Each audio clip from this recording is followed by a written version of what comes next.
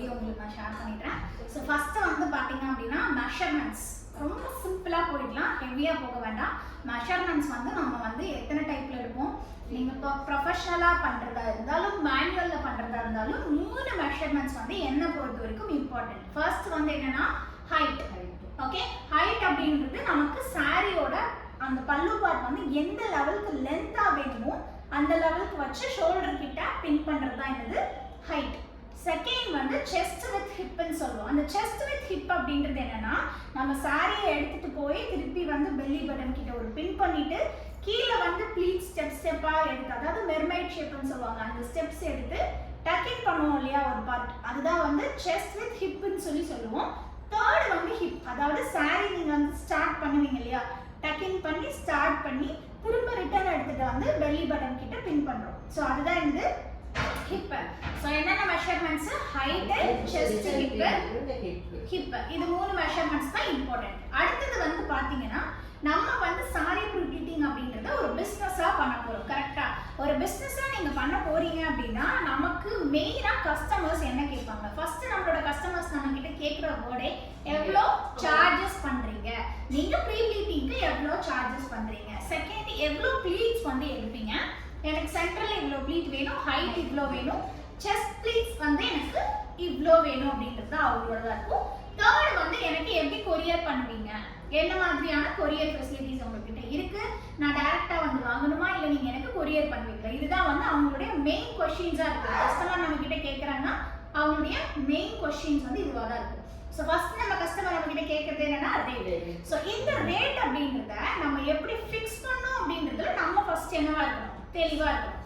So rate ஃபிக்ஸிங்க்கு நம்ம எப்படி பார்க்கலாம்னா நமக்கு என்ன மாதிரியான செலவெல்லாம் இருக்கு, ஸோ நம்ம எப்படியெல்லாம் நம்ம வந்து செலவு பண்ணுறோம், ஸோ இந்த செலவுக்கு என்ன மாதிரி நம்ம அமௌண்ட் ஃபிக்ஸ் பண்ணலாம் அப்படின்றது தான் மெயின். இப்போ ரேட் ஃபிக்ஸிங்க்கு வந்துடலாம். ஃபர்ஸ்ட் நம்ம ஸ்பெண்ட் பண்ணக்கூடியது வந்து பார்த்தீங்க அப்படின்னா சேஃப்டி பின். ஸோ நம்மளுடைய உழைப்பு ரொம்ப இம்பார்ட்டன்ட் தான், அதுதான் மெயின். பட் இருந்தாலும் அதுக்கு அடுத்தது நம்ம பார்க்கும்போது சேஃப்டி பின். ஸோ செகண்ட் வந்து பார்த்தீங்கன்னா கரண்ட். ஸோ தேர்ட் வந்து பார்த்தீங்கன்னா மெஷினோட வேஸ்டேஜ். ஸோ ஃபோர்த் வந்து பார்த்தீங்கன்னா நம்மளுடைய பேக்கிங் சார்ஜஸ். ஃபிஃப்த் தான் வந்து பார்த்தீங்கன்னா நம்மளுடைய மேன் பவர்க்கான சார்ஜஸ். ஃபர்ஸ்ட் நம்ம என்ன சொன்னோம், சேஃப்டி பின். சேஃப்டி பின்னோட அமௌண்ட் நம்ம எவ்வளோன்னு சொல்றோம், 10 rupees. மினிமம் ஒரு சாரி நீங்க ப்ரீ ப்ளீட் பண்றீங்கன்னா 10 to 30 பின் கூட நீங்க யூஸ் பண்ணுங்க. நம்ம அடிஷனலா வந்து ஒரு 20 பின்னோ இல்ல ஒரு 10 பின்னோ உங்களுக்கு கொடுக்குறோம் அப்படின்னாலும் ஒரு கஸ்டமருக்கு ஒரு 30 பின் வைங்க. 30 பின் வைக்கிறீங்க அப்படின்னா நீங்க ஒரு 10 rupees வந்து சார்ஜஸ் சொல்லலாம். ஓகேவா? ஸோ அடுத்தது வந்து பாத்தீங்க அப்படின்னா என்ன சொல்லியிருக்கோம், கரண்ட். இப்போ கரண்ட் அப்படின்றது ஒரு யூனிட்டுக்கு 5 rupees சம்திங் சார்ஜஸ் ஆகுது. நம்ம மேக்ஸிமம் ஒரு 2 மணி நேரம் நம்ம வந்து அயன் பாக்ஸ் யூஸ் பண்றோம் அப்படின்னா இதுக்கு வந்து நம்ம ஒரு கரண்ட்டுக்கு 10 rupees ஃபிக்ஸ் பண்ணிக்கலாம். ஓகே, நெக்ஸ்ட் அடுத்தது கவர். ஸோ நம்மளுடைய பேக்கிங். ஓகேங்களா, பேக்கிங்க்கு வந்து பார்த்தீங்க அப்படின்னா ஒரு கவர் வந்து நீங்கள் சீல் பண்ணி கொடுக்குறீங்க, ஒரு ஸ்டிக்கர் நம்ம கொடுக்குறோம் இல்லை ஒரு பேக் நம்ம ப்ரொவைட் பண்ணுறோம் அப்படின்னா அதோட சார்ஜஸ் ஒரு 10 or 15 வந்து நீங்கள் வச்சுக்கலாம். ஸோ அடுத்தது மெஷினோட வேஸ்டேஜ் மறுபடியும் ஒரு 10 rupees வச்சுக்கிறோம். ஒரு சாரி பண்ணுறதுக்கு எவ்வளோ வேஸ்டேஜ் வச்சுக்கலாம், 10 rupees வச்சுக்கலாம். ஸோ மேக்ஸிமம் நமக்கு எவ்வளோ ஆகுது அந்த இடத்துல 50 rupees வந்து நம்ம வந்து கால்குலேட் பண்ணிக்கலாம். 45 rupees வருது, பட் ரவுண்டாக 55 வச்சுக்கலாம் நம்மளுடைய வேஸ்டேஜ் எல்லாமே கால்குலேட் பண்ணி. ஓகேங்களா, ஸோ அதுக்கப்புறம் இருக்கிறது எல்லாமே என்னது, நம்மளுடைய மேன் பவர்க்கான சார்ஜஸ் தான். ஸோ இப்போ மேன் பவர் அப்படின்றது வந்து பார்த்தீங்கன்னா நம்ம அந்த சாரிக்கு எவ்வளோ நேரம் டைம் ஸ்பெண்ட் பண்ணுறோம், ஸோ எந்த அளவுக்கு அந்த சாரி ஹார்டாக இருக்குது அந்த சாரிக்கான டைம் நம்ம எவ்வளோ ஸ்பெண்ட் பண்ணுறோமோ அதை பொறுத்து. ஸ்டார்டிங் மேன் பவர் சார்ஜஸ் நான் என்ன சொல்வேன் அப்படின்னு பார்த்தீங்கன்னா 100 சார்ஜ் பண்ணலாம். ஸோ மினிமம் 100 சார்ஜ் பண்ணலாம். அப்போ ஒரு கஸ்டமருக்கு நம்ம எவ்வளோ செலவு பண்ணுறோம், 50 rupees தான். ஸோ அதுக்கு மேலே இருக்கிறது எல்லாமே நம்மளுடைய மேன் பவர் சார்ஜஸ் தான். நீங்கள் 50 ரூபா தான் ஸ்பெண்டே பண்ணுறீங்க. ஸோ நீங்கள் அப்படி இப்படி நீங்கள் எடுத்துக்கிட்டிங்கன்னா கூட ஒரு கஸ்டமருக்கு நம்ம வந்து உட்காந்து டைம் ஸ்பெண்ட் பண்ணுறது எல்லாமே ப்ராடக்ட் வேஸ்டேஜ் பேக் வேஸ்டேஜ்னு சேர்ந்து ஒரு 100 rupees வருது அப்படின்னாலும் நீங்கள் ஒரு சாரி ப்ரீ ப்ளீட் பண்ண 1 hour ஸ்பெண்ட் பண்ணுறீங்கன்னா 1 hourக்கு நீங்கள் வந்து ஒரு 200 பண்ணலாம். அது ரீசனபிளாக இருக்குமா? ஸோ சாரியோட டைப்பை பொறுத்து. சாரி ஒரு வேளை அயனே பண்ணலங்க, நான் தாங்க ஃபுல்லாக அயன் பண்ணேன், கஷ்டம் இருந்துச்சுங்க, ரொம்ப ஹெவி வெயிட்டாக இருக்குது. ஸோ அந்த மாதிரி டயத்தில் நான் எப்படி வந்து பண்ணுறது அப்படின்னு கேட்டிங்கன்னா ஃபுல் சாரியும் நீங்கள் என்ன பண்ணுவீங்க, அயன் பண்ணுவீங்க. கரெக்டாக. ஸோ ஃபுல் சாரி நீங்கள் அயன் பண்ணிவிட்டு அதுக்கப்புறம் ப்ளீட் எடுத்து அதுக்கப்புறம் நீங்கள் எல்லாமே பண்ணுறீங்க அப்படின்னா உங்களுக்கு எப்படி இருக்கும், சார்ஜஸ் பண்றீங்க? அமௌண்ட் சார்ஜஸ் பண்றீங்க. ஸோ அது வந்து மினிமம் 100, மேக்ஸிமம் 200, 300 அந்த மாதிரி அது உங்களுடைய இது. பட் ஸ்டார்டிங் அப்படின்றது ரீசனபிள் அப்படின்னு கேட்டிங்கன்னா எனக்கு 350 ஆர் 250 சொல்லுவேன். ஸோ அது வந்து கொஞ்சம் ரீசனபிளா இருக்கும். இது வந்து சாரீஸை பொறுத்து இருக்கு. ஏன் அப்படின்னு கேட்குறீங்கன்னா 60,000க்கு ஒரு கஸ்டமர் சாரீ வச்சிருக்காங்க, இல்லை ஒரு 40,000க்கு சாரீ வச்சிருக்காங்கன்னா அது வெயிட்டாக இருக்கும். உங்களுக்கு அரேஞ்ச் பண்ணி நீங்கள் பின் பண்ணி பண்ணுறதுக்குள்ளேயே டைம் பயங்கரமாக ஸ்பெண்ட் ஆகிடும். இல்லை ஒரு கஸ்டமர் வந்து நார்மலாக வெளியில் போக போகிறாங்க, ஒரு சாரீ ப்ரீப்ளீட்டிங் பண்ணுறதுக்கு கேட்குறாங்கன்னா அவங்களோட சாரியோட ரேட்டே 1000 தான் அப்படின்னும் பொழுது நம்ம அந்த இடத்துல 500 சார்ஜ் பண்ணுறது அதிகமாக கம்மியாக. ஸோ அப்போ அந்த இடத்துல நம்ம அவ்வளோ சார்ஜ் பண்ணக்கூடாது. கரெக்டாக? ஸோ அப்போ அவங்களோட சாரியோட என்ன மாதிரி டைப்பில் இருக்காது, ஈஸியாக நமக்கு ப்ளீட் ஆகிடும், டைப் நம்ம குயிக்காக அதை முடிச்சிடும் அப்படின்னும் போது அதுக்கு நம்ம 250 சார்ஜ் பண்ணுறது ரீசனபிளாக இருக்கும். ஸோ இந்த ரேட் ஃபிக்ஸிங் அப்படின்றது வந்து அவங்களுடைய டைம் டியூரேஷன் பொறுத்து ஃபிக்ஸ் பண்ணுறது. ஏன்னா இப்போ நீங்கள் வந்து பர்ஃபெக்டாக பண்ணுவீங்க, 1 inch கூட டைம் வந்து உங்களுக்கு 1 inch கூட கேப் இல்லாமல் ரொம்ப பர்ஃபெக்டாக பண்ணுறீங்க அப்படின்னா அதுக்கான அமௌண்ட் ஃபிக்ஸ் பண்ண வேண்டியது யாருடைய கையில் இருக்கு? அவங்களுடைய கையில் தான் இருக்குது. என்னுடைய ஒர்க்குக்கான அமௌண்ட்டை யார் ஃபிக்ஸ் பண்ணுறாங்க? நான் தான் ஃபிக்ஸ் பண்ணுறேன். பட் நான் என்ன சொல்வேன்னா உங்களுடைய ஒர்க்குக்கான அமௌண்ட் ஃபிக்ஸ் பண்ணுறது உங்கள் கையில் தான். பட் அதை கரெக்டாக ரீசனபிளாக பண்ணணும். அதாவது கஸ்டமர் சைட்லையும் ரீசனபிளாக இருக்கணும், நம்ம சைட்லையும் ரீசனபிளாக இருக்கணும். ஸோ ஸ்டார்டிங் அப்போ நம்ம எவ்வளோலேருந்து பண்ணலாம்? 250 நீங்கள் பண்ணுறீங்க அப்படின்னாலுமே உங்களுக்கு செலவு அப்படின்றது ஒரு 100 இருந்தாலும் உங்களுக்கு ஒரு சாரிக்கு எவ்வளோ ப்ராஃபிட் நிற்கும்? 150 வந்து நிற்கும். ஓகேங்களா? ஸோ அதில் ஏதாவது டவுட்ஸ் இருக்கா?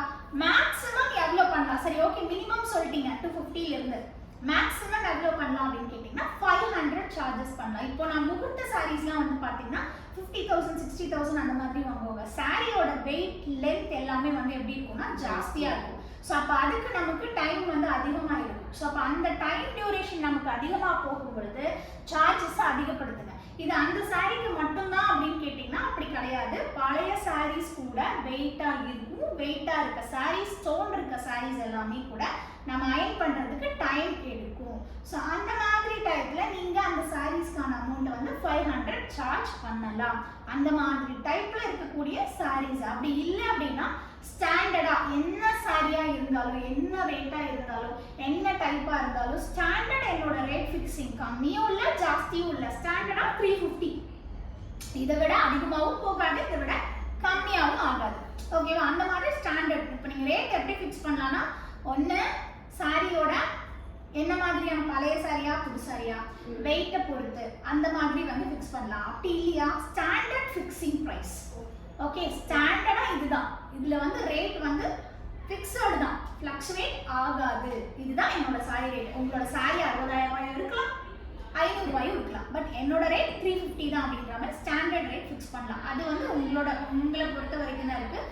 நீங்கள் உங்களுடைய ஏரியாவில் நியர்பையில் இருக்கக்கூடிய உங்களுடைய காம்படிட்டருக்கு ஏற்ற மாதிரி ரேட் ஃபிக்ஸிங் நீங்கள் பண்ணிக்கோங்க. ஓகே, நெக்ஸ்ட் அடுத்தது வந்து ப்ளீட்ஸ். ஸோ இப்போ நம்ம வந்து ரேட் பார்த்தாச்சு, ரேட் ஃபிக்ஸிங் கிளியர் ஆகிட்டீங்களா? டவுட் இல்லைல்ல? ஸோ அடுத்தது வந்து பார்த்தீங்க அப்படின்னா என்ன மாதிரி ப்ளீட்ஸ் எடுக்கலாம் அப்படின்றது. ஸோ நார்மலாக நம்ம வந்து 2 இடத்துல ப்ளீட்ஸ் எடுப்போம். என்னன்னு கேட்டிங்கன்னா செஸ்ட் ப்ளீட்ஸ்ன்னு சொல்லுவோம், second centre pleat. Okay, chest pleat, centre pleat.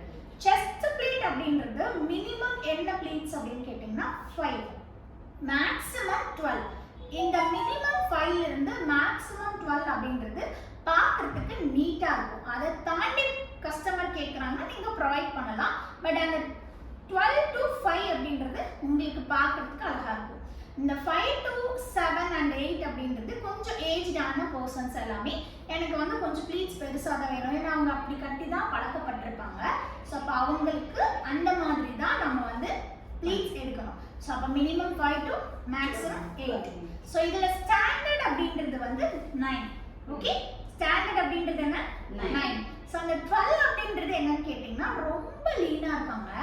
So அதே மாதிரி சாரியும் லென்த்தாக இருக்குது. அவங்க வந்து ஒரு 12 ப்ளீட் வச்சாங்கன்னா நல்லா இருக்குன்னா நீங்கள் என்ன பண்ணலாம், தாராளமாக 12 ப்ளீட் வைக்கலாம். பட் அதில் ஸ்டாண்டர்டாக ஒரு ப்ளீட் அப்படின்னா என்னது? 9 ப்ளீட்ஸ். 9 ப்ளீட்ஸ் அப்படின்றது ஏஜ்டு பீப்புளுக்கும் நல்லா இருக்கும், மிடில் ஏஜுக்கும் நல்லா இருக்கும், சின்ன பொண்ணுங்களுக்கும் நல்லா இருக்கும். ஓகேவா? 9 அப்படின்றது standard. But minimum 5 to maximum 12 வரைக்குமே நீங்கள் தாராளமாக ப்ளீட் செட் பண்ணலாம். பட் ஸ்டாண்டர்டாக 9 வச்சிங்க அப்படின்னா லுக் குட். ஓகேவா? ஸோ அடுத்தது என்னது? Centre pleat. சென்டர் ப்ளீட்டில் ஸ்டார்டிங் ப்ளீட் அப்படின்றது வந்து என்ன? 6 ஸ்டார்டிங் ப்ளீட் அப்படிங்கிறது சென்டர் ப்ளீட்ல அட்லீஸ்ட் ஒரு 6 ப்ளீட்ஸ் ஆவது நீங்க கம்பல்சரி வச்சே ஆகணும். 6 ப்ளீட்ஸ்க்கு கம்மியா நீங்க எடுக்க கூடாது. மேக்ஸிமம் அப்படின்றது 9 ப்ளீட். 9 ப்ளீட்டுக்கு மேல வேண்டாம். நீங்க ஒரு saree வந்து கட்டுறீங்க அப்படின்னா கரெக்டா பெல்லி பட்டனுக்கு ஸ்ட்ரெயிட்டா இருக்கும்போது அது கிராஸா வரும்போது நடக்கிறப்ப நல்லா இருக்கும். அதை தாண்டி நீங்க 16, 20, 30 அந்த மாதிரி நீங்க வைக்கிறீங்கன்னா அது உங்களுடைய தனி திறமை. அதோட டைம் டியூரேஷன் ஜாஸ்தியாகும்.